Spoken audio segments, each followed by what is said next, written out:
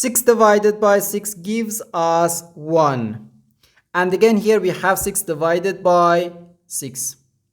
So 1 divided by 1 is just 1. But this answer is not correct, because according to the order of operations, when we have more than one division in an expression, we have to work from left to right. So here first we have to do this division, then this division, and finally this division. If we do this division before this division, it is wrong.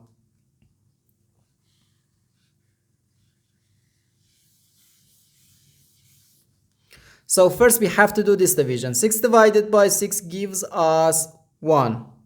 So we have 1 divided by 6 and again divided by 6. Now we have to do this division. 1 divided by 6 can be written as 1 over 6. Then divided by 6. Now, according to the KCF rule, K stands for keep, C stands for change, and F stands for flip. We can write keep the first fraction, change division to multiplication, and flip the second fraction. So we have 1 over 6 times 1 over 6, which equals 1 times 1 gives us 1. So we have 1 over 6 times 6 equals 36. And this is our final answer to this problem, 1 over 36.